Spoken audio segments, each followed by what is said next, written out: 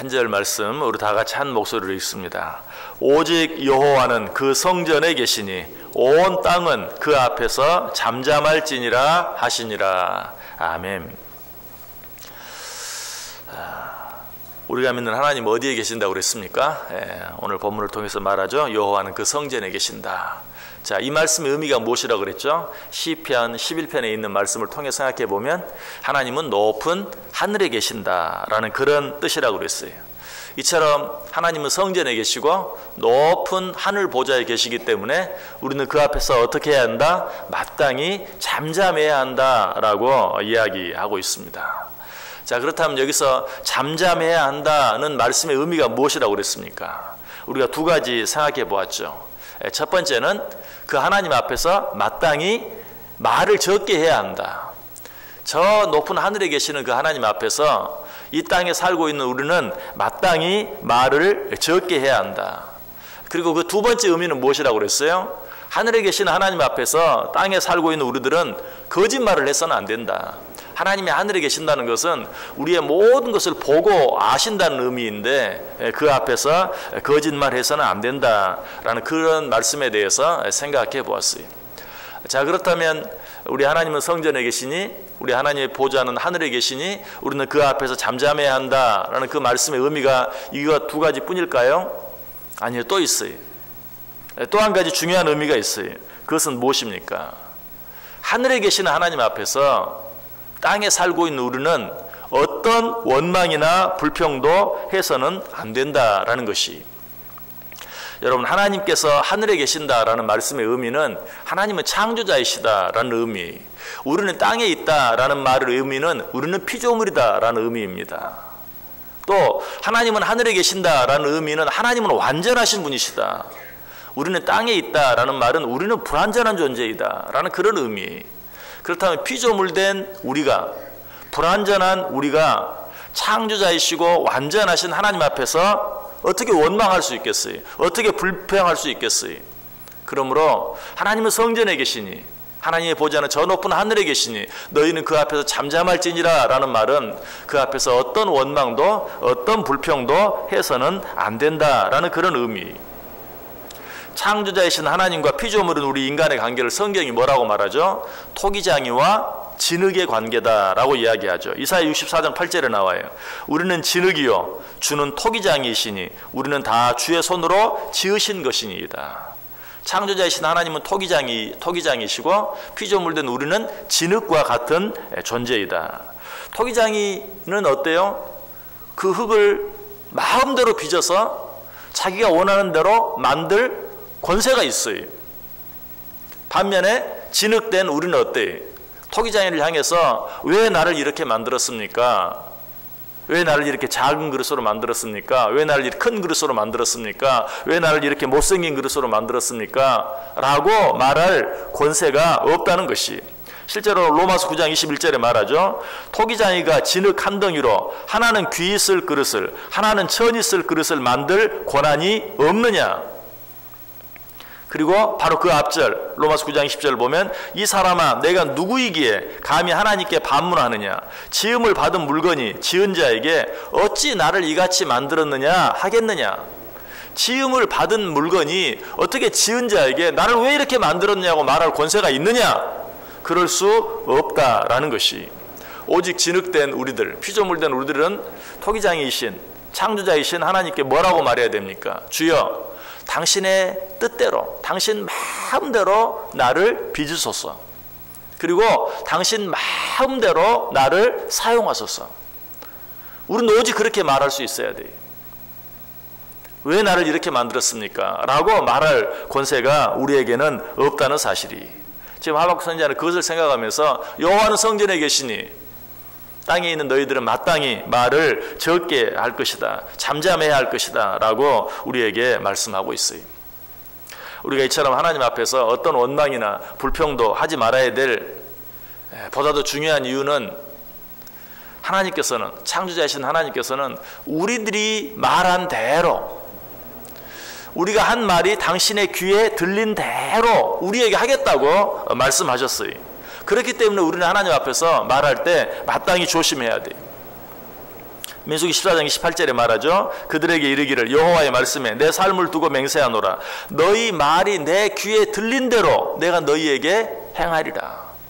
그런데 하나님 앞에 늘 원망하고 불평하면 어때요? 우리가 원망하고 불평한 대로밖에 되어지지 아니하는 것이. 자, 하나님께서 언제 너희 말이 내 귀에 들린 대로 행하겠다라고 말했습니까? 이스라엘 12 정탐꾼이 약속의 땅 가나안을 정탐하고 나서 여호수아와 갈렙은 그 땅은 과연 젖과 꿀이 흐르는 땅이다. 하나님께서 우리에게 주신 땅이다. 우리가 그 땅을 능히 취할 수 있다. 그 땅을 취하자 라고 말했지만 10명의 다른 정탐꾼은 어때요? 그 땅은 아주 몹쓸 땅이다. 거기에는 안악자손과 같은 거인들이 있어서 우리는 그 앞에서 메뚜기와 같다. 우리는 그들과 싸워 이길 수 없다. 우리는 그들의 밥이다. 그러면서 뭐라고 말해요? 차라리 우리가 애굽에서 죽었던지 아니면 이 광야에서 죽었다면 좋았을 것을 이라고 하나님을 향해서 원망하고 불평해. 하나님께서 이 원망하고 불평하는 말을 듣고 하시는 말씀이 민수기 14장 26절과 27절에 여호와께서 모세와 아론에게 말씀하여 이르시되 나를 원망하는 이 악한 회중에게 내가 어느 때까지 참으랴. 이스라엘 자손이 나를 향하여 원망하는 바 그 원망하는 말을 내가 들었노라. 그리고 나서 그들에게 이르기를 여호와의 말씀에 내 삶을 두고 맹세하노라. 너희 말이 내 귀에 들린 대로 내가 너희에게 행하리라. 너희들 지금 뭐라고 원망했느냐? 애굽에서 차라리 죽었으면 좋았을 것이라고? 아니, 이 광야에서 그냥 죽었으면 좋았을 것이라고? 저 약속의 땅 가나안에 들어가다가 저 거대한 족속 아낙 자손에게 죽느니 차라리 여기서 죽는 게 좋겠다고 했지, 내가 너희들이 말한 그대로 해줄게 라고 이야기하는 것이.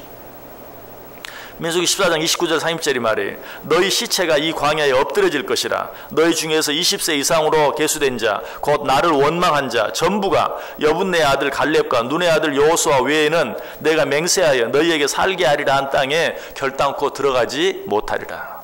저 땅은 하나님 우리에게 주신 땅이다. 그러니 취하자. 저 땅은 과연 젖과 꿀이 흐르는 땅이다 라고 말한 여호수아와 갈렙 두 사람 빼놓고는 차라리 이 땅에서 죽었으면 좋겠다라고 말한 모든 자들에게 너희들이 말한 대로 해주겠다. 너희들이 이 땅에서 죽을 것이다. 또 민수기 14장 32절 이하에서는 이렇게 말합니다. 너희의 시체는 이 광야에서 엎드러질 것이요 너희의 자녀들은 너희 반역한 죄를 지고 너희의 시체가 광야에서 소멸되기까지 40년을 광야에서 방황하는 자가 되리라. 너희는 그 땅을 정탐한 날 수인 40일의 하루를 1년으로 쳐서 그 40년간 너희의 죄악을 담당할지니 너희는 그제서야 내가 싫어하면 어떻게 되는지를 알리라 하셨다 하라. 나 여호와가 말하였거니와 모여 나를 거역하는 이 악한 온 회중에게 내가 반드시 이같이 행하리니 그들이 이 광야에서 소멸되어 거기서 죽으리라. 무섭게 말씀하시죠. 내가 너희가 말한 대로 행하겠다. 거기 끝나지 아니하고 내가 반드시 너희가 말한 대로 하고야 말겠다. 더 무서운 말씀은 무엇입니까? 그렇게 말한 너희들 뿐만 아니라 너희 자손들까지도 이 땅에서 엎드러 죽게 될 것이다 라고 이야기하고 있어요. 정말 무서운 것이, 원망과 불평이 얼마나 무서운 것인지 한번 생각해 봐야 돼요. 오늘 하박국 선지자는 이 사실을 생각하면서 이야기하고 있어요. 여호와는 성전에 계시고 그의 보좌는 높은 하늘에 계시니 너희는 그 앞에서 잠잠할지니라. 하나님은 창조자이시고 하나님은 우리 인간들은 피조물이니 하나님은 완전한 분이시고 우리는 불완전한 자이니 완전하신 하나님, 창조자이신 하나님께서 하시는 일에 대해서 너희는 어떤 원망도 어떤 불평도 하지 말라라고 이야기하고 있어요. 여러분, 그러나 이런 말씀들을 우리는 두렵게만 생각할 것이 아니, 이 말씀을 바꾸면 어때요? 놀라운 축복의 말씀이에요.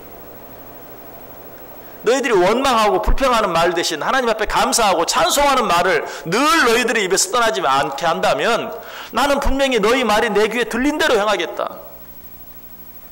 너희가 정말 하나님 앞에 인간적으로 보면, 인간의 눈으로 보면 감사할 수 없는 상황인데도 감사한다면 너희 그 감사가 내 귀에 들린 대로 실제로 감사할 일을 내가 너희들에게 만들어 주겠다. 감사할 수밖에 없는 일을 내가 너희들에게 허락해 주겠다라고 하나님께서 우리에게 말씀하고 계시는 것이. 여러분, 성경에 나타난 모든 저주의 말씀들은 우리가 바꿔 생각하면 돼요. 아니, 하나님께서 어떻게 이렇게 악한 저주를, 하나님께서 어떻게 이런 악담을. 여러분, 그것은 우리의 마음이 완악하고 고집이 너무 세서 심하게 말씀하실 뿐이에요. 이렇게 해야 너희가 듣겠구나 하는 그런 마음으로 우리는 그 말씀을 바꿔서 들으면 돼요. 너희가 원망하고 불평한 대로 해주겠다. 이 말은 너희 입에서 원망과 불평을 제하기만 하면, 원망과 불평을 감사와 찬송으로 바꾸기만 하면, 너희들이 감사하고 찬송한 대로 너희들의 모든 환경, 모든 상황을 내가 바꾸어 주겠다라고 말씀하고 있는 것이. 자, 하박국 선지자가 지금까지 어떻게 했습니까? 하나님을 향해서 원망하고 불평했어요. 따졌어요. 불의한 자들이 득세하고 의로운 자들이 고통당하는 모습을 보면서 하나님 어떻게 이렇게 하실 수 있습니까? 하나님 언제까지 이러실 것입니까? 라고 하나님을 향해 원망하고 불평했어요. 그러나 이제 깨달았어요. 하나님은 창조자이신 것을, 하나님은 완전하신 분이신 것을, 하나님은 성전에 계시고 우리는 땅에 있는 너무나도 부족한 불완전한 존재라는 것을 깨달았어요. 그리고 말하는 것이 하나님은 성전에 계시니 너희는 마땅히 그 앞에서 잠잠할지니라 라고 말하고 있는 것이. 우리도 이렇게 고백할 수 있어야 돼. 아니, 이런 삶을 살 수 있어야 돼. 하나님께서 오늘 우리에게 또 새로운 하루를 허락해 주셨어요. 어떻게 살아야 할까요? 하나님이 저 높고 높은 하늘 보좌에서 낮고 낮은 이 땅에 살고 있는 우리들을 보고 계시고 알고 계신다는 사실, 우리 하나님은 창조자이시고 나는 피조물이라는 사실, 우리 하나님은 완전하신 분이시고 모르시는 것이 없는, 그러나 우리는 한치 앞을 알지 못하는 정말 불완전한 존재라는 사실을 인정하고 그 앞에서 마땅히 원망의 말, 불평의 말을 할 것이 아니라 감사하고 찬송하는 말, 그리고 토기장의 앞에서 진흙이 할 수 있는 유일한 말처럼 주여 나를 마음대로 빚으셔서 주여 나를 마음대로 사용해 주소서 라고 고백할 때 정말 하나님이 당신의 뜻대로 우리를 사용하심으로 나로서는 도무지 생각할 수도 없는 하나님의 놀라운 은혜와 축복, 나로서는 도무지 이룰 수 없는 하나님의 뜻을 이루어드리며 살아갈 수 있는 복된 하루, 복된 삶 꼭 되실 수 있기를 주님의 이름으로 간절히 축원합니다. 기도